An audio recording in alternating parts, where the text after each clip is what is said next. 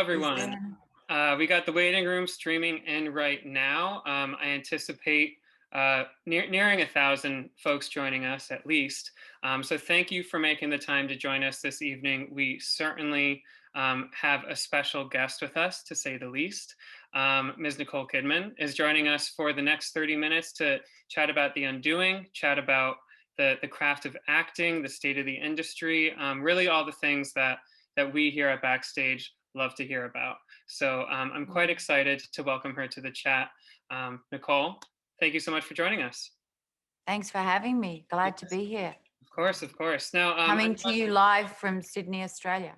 yes, yeah, I was going to say it is morning over where you are, Yeah. just as I'm Yes. wrapping up my day in Brooklyn. But how is it over in that part of the world? Are you holding up all right? Yeah, we're in the middle of summer here. So we had a day that was well over 100 degrees yesterday. So we're Cozy. just complete flip to you. Yeah, yeah, Um, yeah. And it's my morning and your evening.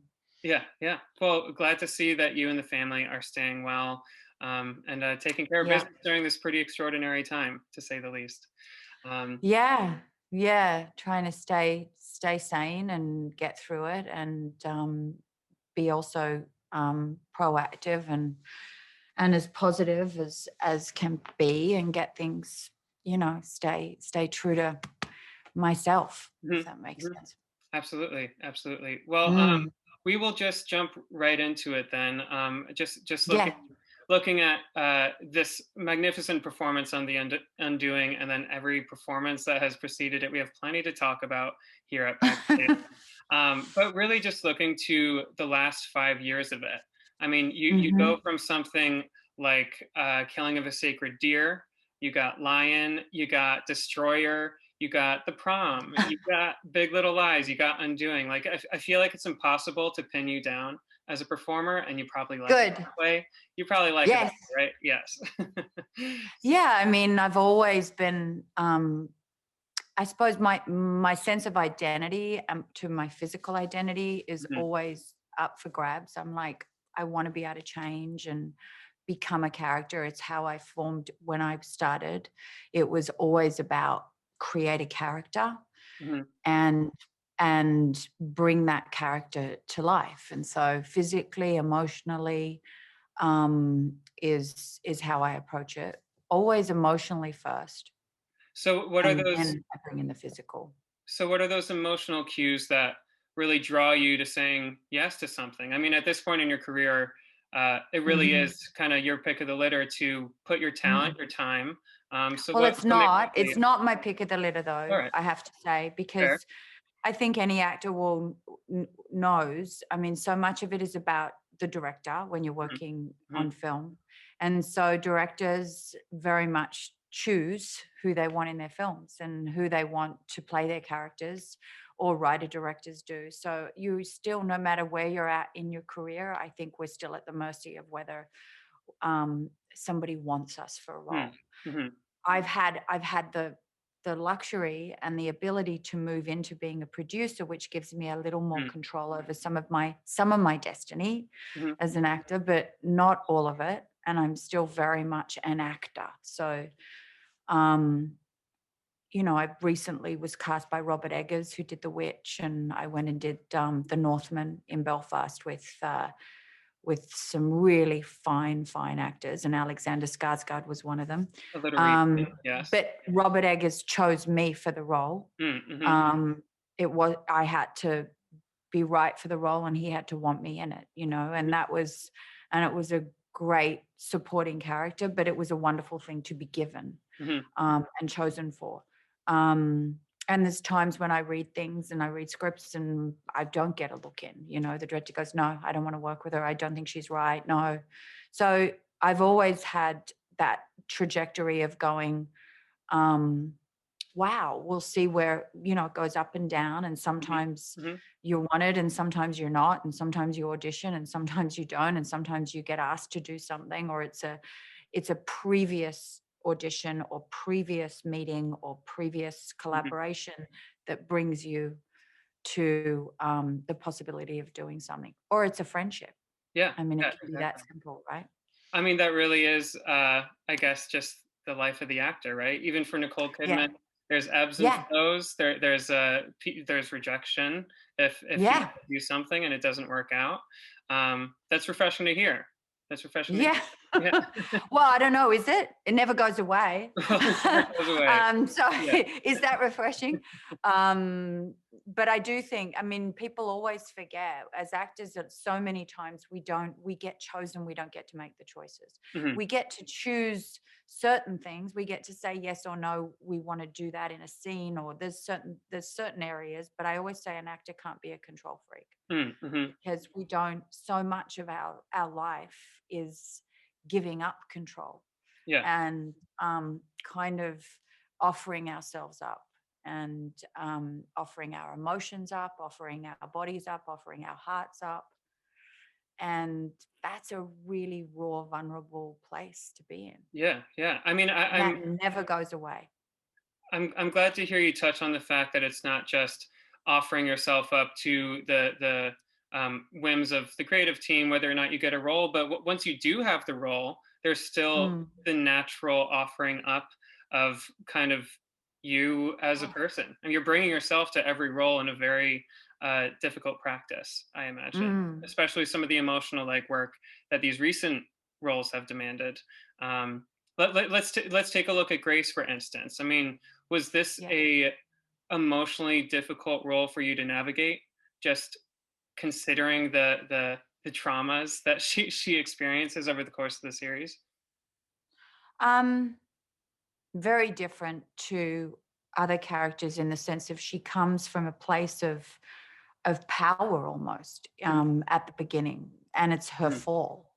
So you're watching somebody who's got a really, really good life and a good marriage and a really fulfilling job and all of these things that are set in place, mhm, and then it gets taken from her.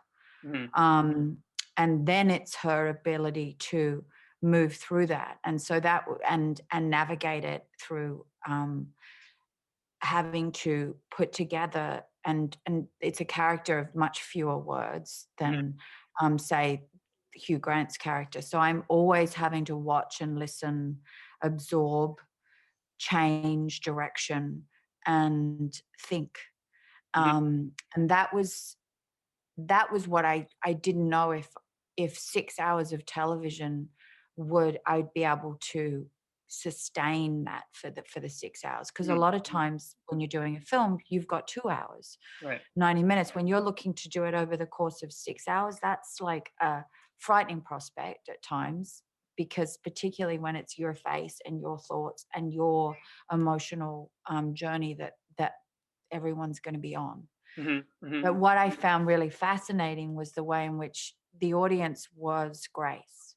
mhm, It was you were falling in love with my husband. You were then having the rug pulled out from under.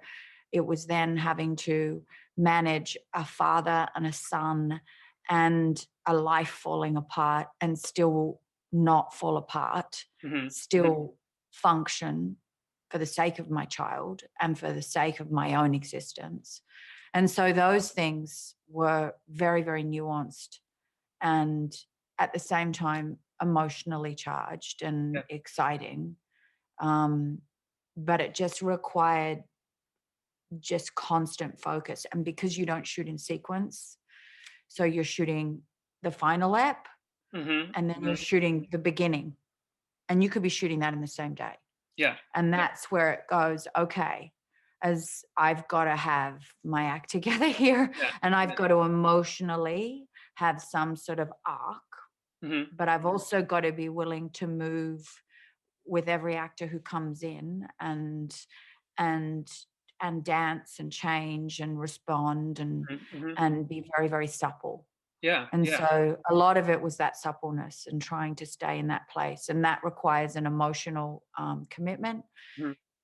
to a state of being, but it also just requires real preparation. Yeah, yeah. I mean, well, I have a couple questions now that came out of Yeah. that. Such great info. Okay. But you're talking about having that emotional arc in place while still being Mm. able to play with the people that you're sharing Yeah. the screen with.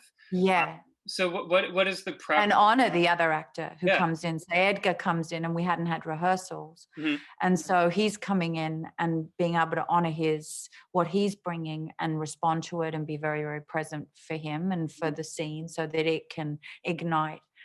The same with Donald, the same with Hugh, the same with Noah, the same with Lily, the same with Noma, all of them. So they're all different and they all have different shapes and ways of coming at it. And so that's where you get into that gorgeous weaving of the tapestry, right? Yeah, yeah, exactly. So Yeah.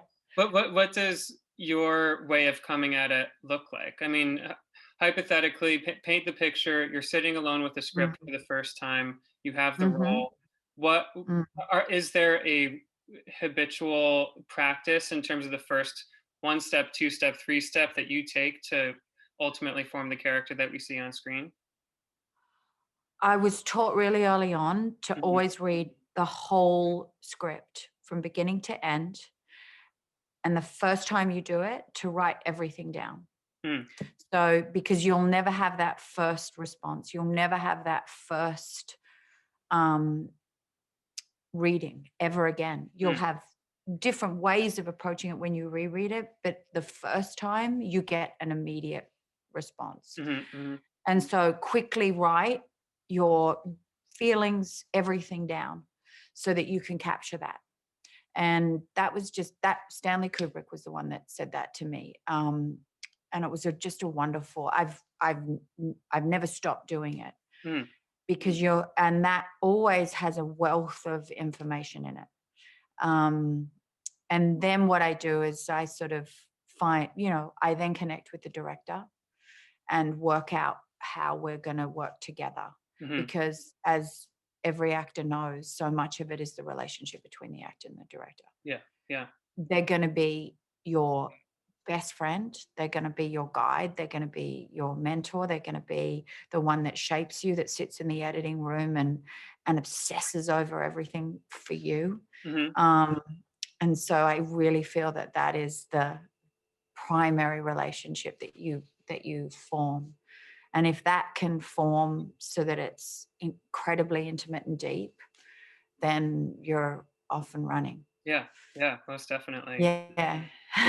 We we have a So everything's different. yeah, Every role is different and every approach is different. And that's part of the having worked with people like Lars von Trier and then worked with Baz Luhrmann, couldn't be mhm, more different. mhm, Having worked with Yorgos Lanthimos and then gone and worked with Jean-Marc Vallée and then gone and done Michael Grandage on stage in London. Every single experience, which is what's so gorgeous, is different.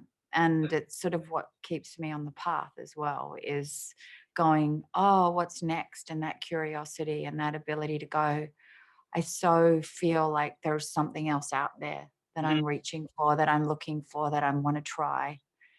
Um, that's the wonderful part of being an actor, is we don't know what our future holds, Yeah, right? We're say just so. going, where do we go now? But it each one is something where you grow and learn and discover, and Mhm, maybe it works in the final way in which it ends up out in the world. Maybe it doesn't. mhm. Maybe it gets discovered 10 years later. Maybe it doesn't. So the love of the process is probably the most important thing for me, the actual doing of it. Yeah, yeah. And would you say that that falls in line with any? I mean, you have the famous practitioners of acting with the Stanislavski and the Stella Adler. Do you are you trained in anything in particular? Do you adhere to that, or how did you kind of find what works for you over the years?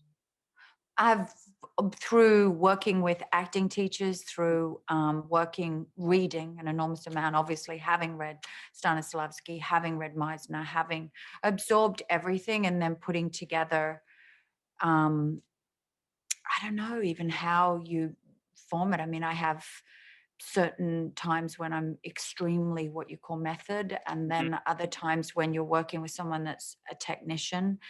Then Michael Grandage saying to me, I can't hear you when I'm on the stage sitting at the back of the theater. So having to really learn projection so that um, fills the theater, but still learning to be technical and incredibly visceral at the same Mhm. time, the Mhm. combination.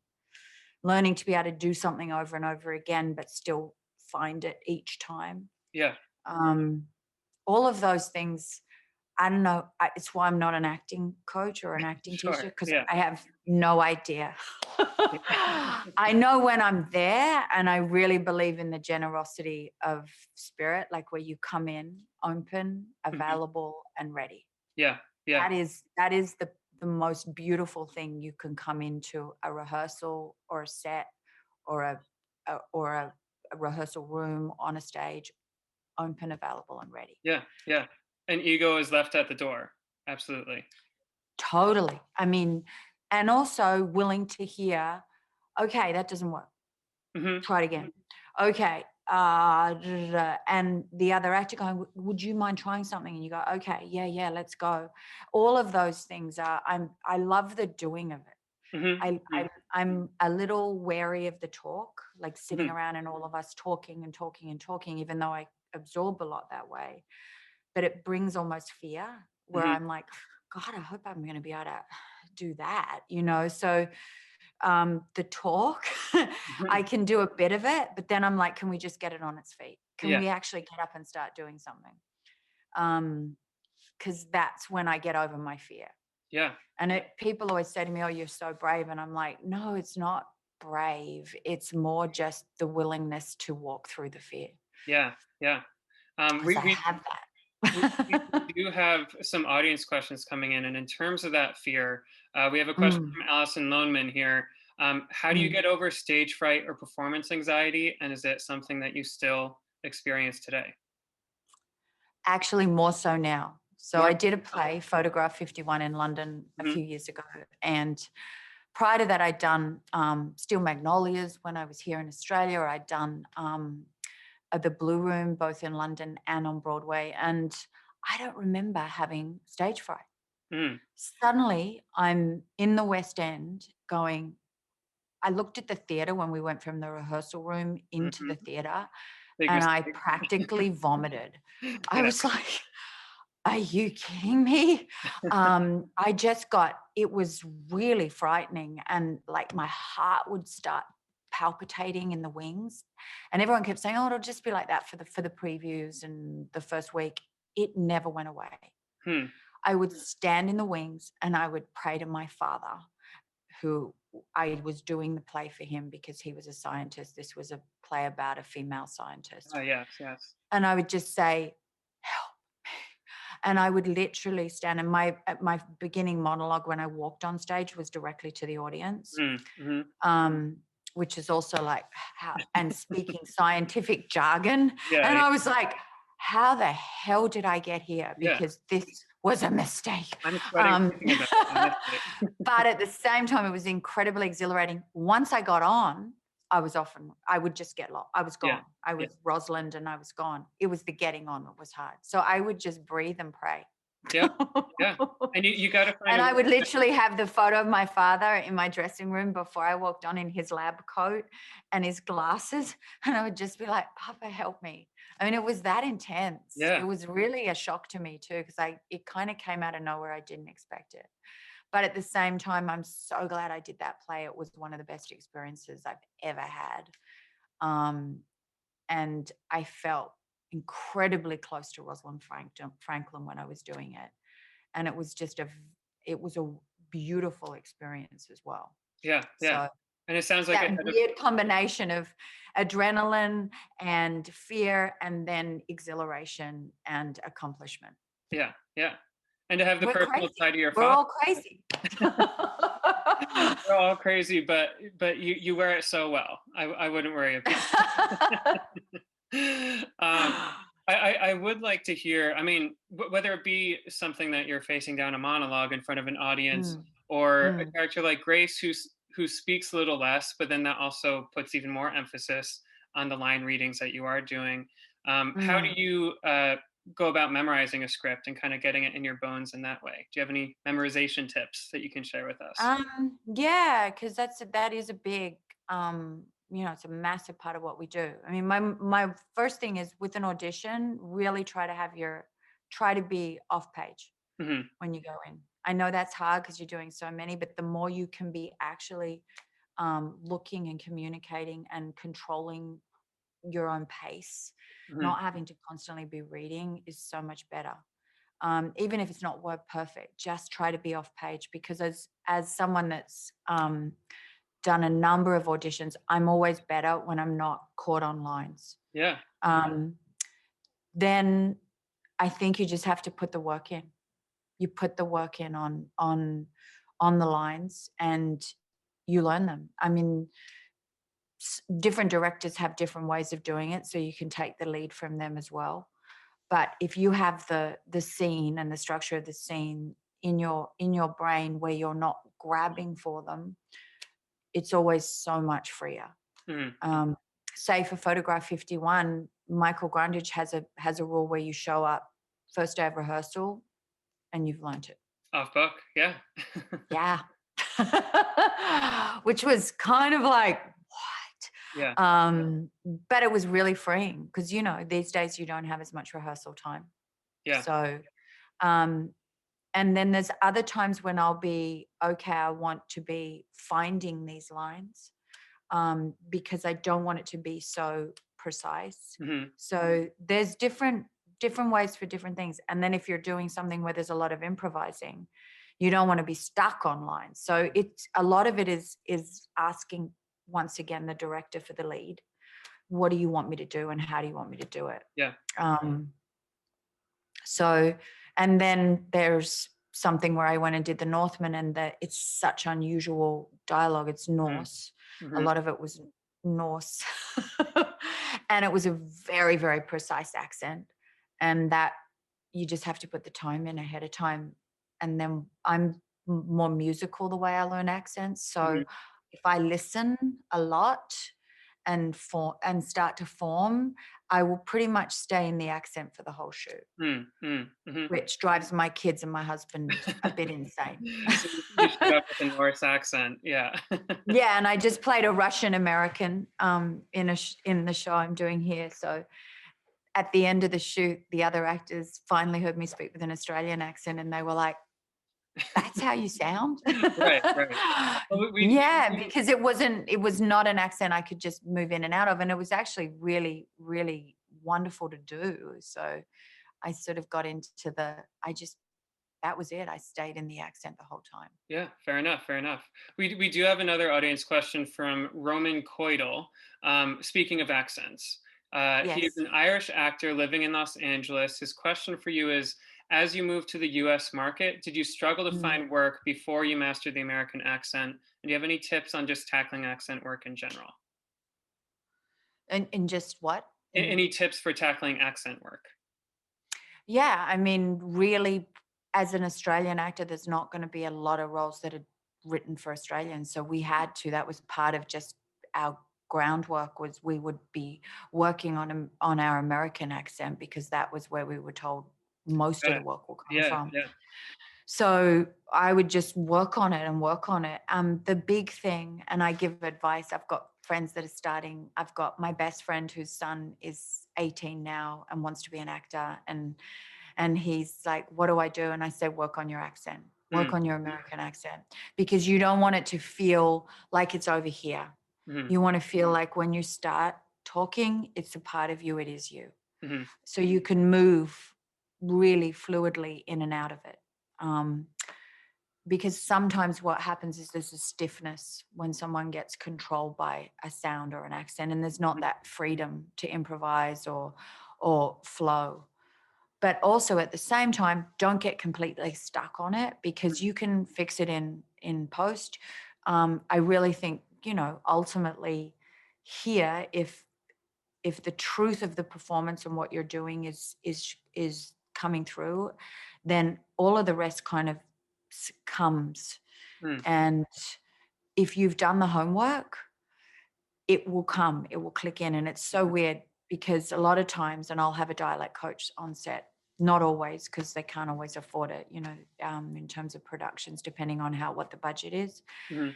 Um, but a lot of times what will happen is your best take tends to be the one with the best accent as well. Yeah. So it's just interesting how that correlates, It all goes hand in hand. Yeah. Yeah, definitely. Yeah. Yeah. And then I was actually talking to Keith, my husband, about it because he's a musician. And we were Mhm. talking about the difference between what makes something not good and good. And it can be so minute. Mhm. And I had it recently where I started and I did the take, and the director looked at me and was like, what were you doing? There was just nothing there. And I'm like, okay. And I was so frightened. Mm. And I'm thinking, I'm so out of my depth now. I'm like, I don't know what to do. And I just mentally go, okay, stay in it, stay with it, trust, and go again. And he goes, so let's just go again. And I'm like, okay. And I'm thinking, well, what am I going to do? The next take, he then went, fantastic. And I'm like, oh.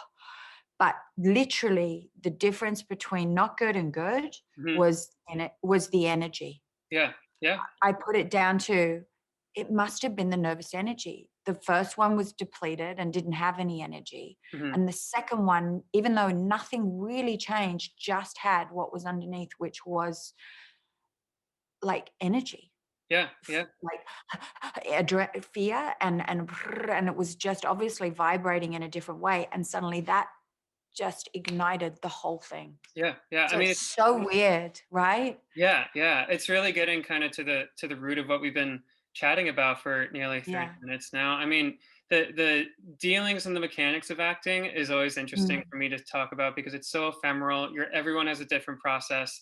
You can't really pinpoint what makes it work, but it's about getting to the truthfulness of it, and that's when that energy is there. That's when it's gonna come to life. Yeah. And I love when they come over and the continuity person will go, okay, well, just can you do it because you remember you did this? And I'm like, I don't remember what I did. Right, right, exactly. I'll be like, you need to tell me because I do not know what I did. Yeah. And I also have this thing where when I go on set and if I'm trying to be a good girl Mhm. and do all things perfectly and hit all the beats and do all of that, mm-mm. I have to get past being good girl Mhm. to being just here and willing to make mistakes, willing to be bad, willing to be bad to be good, Mhm. willing to explore, but not try. And it's not an exam, Right, would be how I say it. You're right, not sitting right. for an exam, you're doing exploration work and you're exploring and go where it takes you, Yeah, yeah. because you may, and I've found this happen so many times, the blocking is the blocking, and but when you do it and you suddenly move somewhere else and you're somewhere else doing something else, and then the director go, well, that was so much better, Mhm. great, oh my god, so, and that's just being true Yeah, and yeah, being truthful and not being confined all the time. yeah, And yeah. you can always come back to what you were doing, but the discovery and the freedom is really, really exciting. Exactly that, exactly that. So Mm. as a final question for you this evening then, we are kinda talking about it that Oh, the final? Did it go that I quickly? know, can you Oh my imagine? I gosh. feel like we could have been sitting here chatting forever, but, don't wanna take too much of your time, and I really do appreciate you joining us this evening. We are I kind love talking about the craft. I don't get to do it very often. So many of the times interviews are about so many other things. So thank you for giving me the opportunity. And yes, I've been an actor since I was 14 years old wild, wild. and wanted to be one since I was about 4. So um, I remember my first things of desperately wanting to. I saw pantomimes when I was little. My mum would take me to see pantomimes, and from that point on, I was in love Just hooked, with yeah. this journey. So Well, this final question is kind of for that 14-year-old Nicole then. I mean, okay, a lot of our audience today are those early career folks trying to yeah, find their footing in this industry, making it work during this difficult time for artists of all kinds. mm-hmm. But Mm. what is one piece of advice that you would give that younger early career self something that you've learned over the years that you wish you knew back then? I mean, I think it was just the advice I was given by different people. Jane Campion always said to me, "Don't let anyone um, really protect your talent. Mm-hmm. Protect it. It's very, very precious, and take care of it. Be willing to be your authentic self.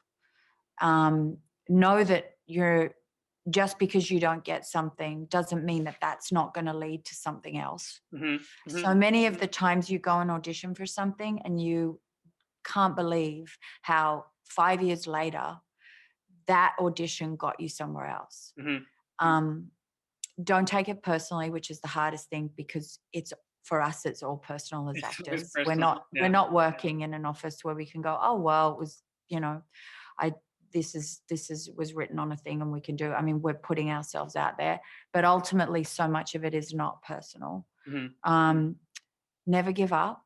Mm-hmm. Winston Churchill. And um, and find the people around you that believe in you, because Mm-hmm. you're going to need them.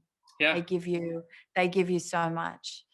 And when they believe in you, they can carry you through the good and the bad. They can lift you up when you're down. And find your teachers, find your mentors, go where the love is. Mm-hmm. Mm-hmm. The other thing, don't go always to the places where you're going to be beaten up or hurt. So you're not sabotaging yourself or your talent. Mm-hmm. Be kind, be generous, and stay connected with your tribe. Yeah, yeah, and I think if this time has taught us anything, it is to stay connected to the tribe, go where the love is, Hmm. find the people Yeah. who support you, and keep them close. Absolutely. And the other thing is, yeah, okay, so this isn't available, A isn't available, Mhm, then try to find something where you can put your creative talent, mhm, which is mhm, for right now. So you get shut down and you go, well, I'm going to go over here then. mhm, Okay, this is being put down because if you get the joy from the performing, and this is what you want to do, you're not connected to the fame, you're not connected to any of that, you just love the craft of acting mhm, and mhm. collaborating, because we're collaborators, then find the places where you can do it, because you're going to need to do it. You can't put it into, otherwise your personal life is going to go crazy. So Mhm. you need to find your creative outlet, whether that's sitting in your bedroom and reading plays and reading monologues out loud, whether it's finding your group where you do readings together, or if you're doing Zoom performances, if you're going and still doing classes, just find the ways to keep at it. Mhm, mhm. And one job can change everything. Yes, yes. Well, I love that. What great words to leave this with. So, Nicole, thank you for your time, for your wisdom. Congrats on The Undoing. What a powerful show, and I'm really excited for everything you've got in the pipeline, everything you do. So I do appreciate we're it. Thank you hoping for to joining us. create more shows and more opportunities for, Yes, it was so great to see someone like Noma in The Undoing yes, come in, and she hadn't done a lot of screen work. yeah. Huge star on stage, obviously, but came in and just owned it, Hmm. took over, and with a great, I mean, just it was beautiful to watch. Yeah, So yeah, that's a really lovely thing to see happen. yeah, yeah. So I get chills off we thinking go. about that final scene Yeah. with her turning to Hugh. Oh yeah. Talking about the murder weapon. No, no Yeah. spoilers, And but I mean, she just came in and she didn't have a wealth of experience on mhm, screen. So mhm. she was like really overcome, but she just focused and is extraordinary in it. So Did the it's job. always good to hear those stories. Yeah, Yeah. absolutely. And to see it come to fruition. So Yeah. good Excellent. luck, everyone. Yes, all the actors out there, Yeah. thank you for joining us this Mhm. evening. And Yeah. Nicole, we will be in touch. Thank you so much. I hope so.